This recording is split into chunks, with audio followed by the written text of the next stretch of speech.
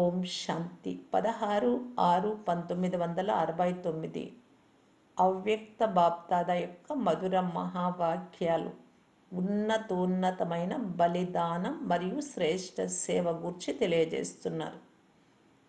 అందరూ ఏ స్వరూపంలో కూర్చున్నారు? స్నేహ రూపంలో కూర్చున్నారా లేక శక్తి రూపంలో కూర్చున్నారా? ఈ సమయంలో మీలో ఏ రూపం ఉంది? స్నేహంలో శక్తి రెండు కలిసి ఉన్నాయా? రెండు రూపాలు ఉన్నాయి అని ఎందుకు చెప్పడం లేదు? ఒకటి బాప్ దాదాతో స్నేహం ఎందుకు?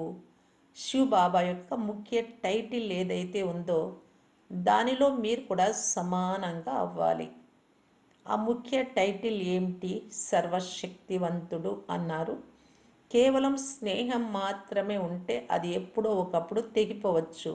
కానీ స్నేహము మరియు శక్తి రెండు కలిసి ఉంటే ఆత్మ మరియు పరమాత్మ యొక్క కలయిక కూడా అవినాశిగా అమరంగా ఉంటుంది.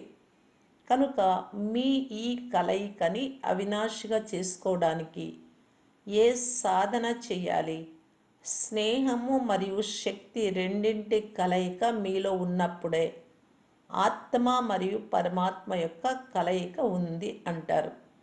మేళాలైతే కూర్చున్నారు, కానీ కొంతమంది మేళాలో కూర్చున్నప్పటికీ కూడా రెండింటి కలయికను మర్చిపోతున్నారు. మంచిది. ఈరోజు విశేషంగా కుమారీల కోసం వచ్చాను. ఈరోజు కుమారీల యొక్క ఏ రోజు? కలయిక రోజు అన్నారు. మీ అందరి ఫలితం వచ్చిందా? మీ ఫలితాన్ని స్వయం మీరు తెలుసుకుంటూ ఉన్నారా? త్రికాల దర్శిగా అయ్యారా? ఈ గ్రూప్ నుండి నెంబర్ 1 కుమారిగా ఎవరు వచ్చారు?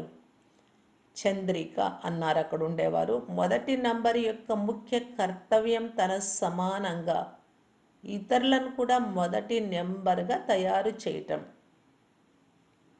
కుమారీలకి ఇప్పుడు ఇంకొక పేపర్ ఇవ్వాలి. అది ప్రత్యక్ష పేపర్, వ్రాసే పేపర్ కాదు. ఇప్పుడైతే 1 నెల ట్రైనింగ్ ఫలితంలో మొదటి నెంబర్ వచ్చింది, కానీ అంతిమ ఫలితంలో కూడా మొదటి నెంబర్ రావాలి. కానీ దీని కొరకు ముఖ్యంగా ఏ విషయం బుద్ధిలో ఉంచుకోవాలి? త్యాగము మరియు సేవ అయితే ఉంది. మరొక ముఖ్య విషయం ఉంది. అన్నింటికంటే ఉన్నతమైన బలిదానం ఏమిటి? మరియు 2, అన్నింటికంటే ఉన్నతమైన త్యాగం ఏమిటి? ఇతరుల అవగుణాలను త్యాగం చేయడం, ఇది గొప్ప త్యాగం. అన్నింటికంటే గొప్ప సేవ ఏది? ఎవరైతే శ్రేష్ఠ సేవాధారిగా ఉంటారో వారు ముఖ్యంగా ఏ సేవ చేస్తారు? ఎవరైతే తీవ్ర పురుషార్థిగా ఉంటారో వారు తీవ్ర పురుషార్థం యొక్క ప్రత్యక్షతను ఎలా చూపిస్తారు? ఎవరు ఎదురుగా వచ్చినా కానీ 1 సెకండ్లో వారిని మరజీవాగా చేయాలి. ఒక దెబ్బతో మరజీవ అవ్వాలి అంటారు కదా. దీనిని ఒక దెబ్బకు బలిహారం అవ్వడము అంటారు. సగం వదలకూడదు. వారిని ఒక దెబ్బకు బలిహారం అయ్యేలా చేయడమే శ్రేష్ఠ సేవ. ఇప్పుడు మీరు బాణం వేస్తున్నారు, మరలా బయటికి వెళ్ళి జీవిస్తూ ఉన్నారు. కానీ 1 సెకండ్లో దృష్టి ద్వారా అద్భుతం చేసే సమయం రావాలి. అప్పుడే సర్వీస్ యొక్క సఫలత మరియు ప్రభావం పడుతుంది. ఇలాంటి సమయం వస్తుంది. ఇప్పుడు మరజీవగా చేస్తూ ఉన్నారు, కానీ ఒక దెబ్బకు బలి అయ్యే వారిలా చేయడం లేదు. 2 విషయాల యొక్క లోపం ఉంది. ఆ విషయాలు వచ్చేస్తే మీ ప్రభావం ఇతరులకు కూడా అంటించగలరు. మీరు ఒక దెబ్బకు బలి అయ్యారా? మేం పురుషార్థులం బాబా అన్నారు. అక్కడక్కడ పొరపాటు జరుగుతూ ఉంటే వారిని పురుషార్థి అంటారా? ఇదే ప్రతిజ్ఞ చేయాలి. ఈ రోజు నుండి మేము ఒక దెబ్బకు బలి అయిపోయాము, మరలా పాత ప్రపంచంలో జీవించము అని. ధైర్యవంతులకు సహాయం కూడా లభిస్తుంది.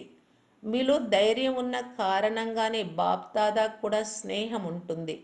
కనుక 2 విషయాల యొక్క లోపం చెప్తున్నారు. ఒక ముఖ్య లోపం ఏకాంతవాసిగా తక్కువగా ఉంటున్నారు. మరియు మరొక లోపం ఏకతలో తక్కువ ఉంటున్నారు. ఐక్యతలో ఏకత మరియు ఏకాంతంలో చాలా కొద్దిగా తేడా ఉంది. ఏకాంతంలో స్థూలంగా సూక్ష్మంగా కూడా ఉంటుంది. దీనిలో రెండింటి యొక్క అవసరం ఉంది. ఏకాంతంలోని ఆనందం యొక్క అనుభవి అయితే మరలా బహిర్ముఖత ఇష్టం అనిపించదు. ఇప్పుడు బహిర్ముఖతలో అందరి ధ్యాస ఎక్కువగా వెళ్తుంది. ఈ రెండు విషయాలలో ఎక్కువ లోపం ఉంది. అవ్యక్త స్థితిని పెంచుకోవటానికి ఇవి చాలా అవసరం. దీని కొరకు ఎక్కువగా ఏకాంతం యొక్క రుచి ఉంచుకోవాలి. కుమారీలు ఇప్పుడు ప్రత్యక్ష కోర్స్ ఇవ్వాలి. ఇప్పుడు కుమారీలకు 3 బహుమతులు ఇవ్వాలి. బహుమతి స్నేహానికి గుర్తు.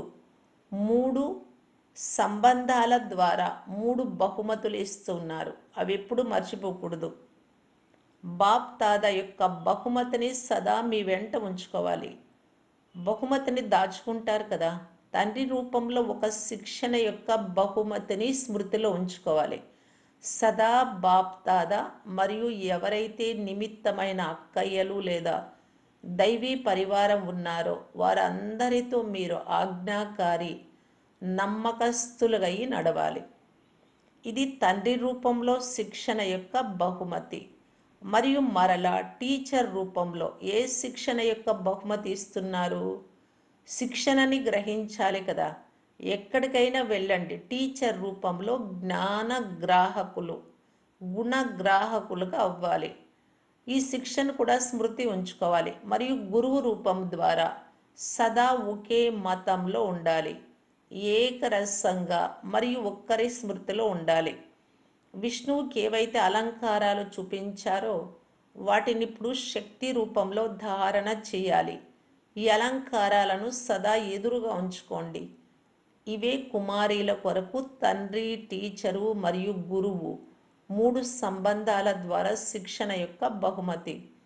ఇప్పుడు ఎవరెవరు ఈ కానుకను వెంట ఉంచుకుంటారో చూస్తాను. వారు కూడా ఇప్పుడు పరిశుద్ధమైన బాంసు తయారు చేస్తున్నారు కనుక మీరు కూడా ఇప్పుడు పరిశుద్ధమైన బాంస్ వేయాలి.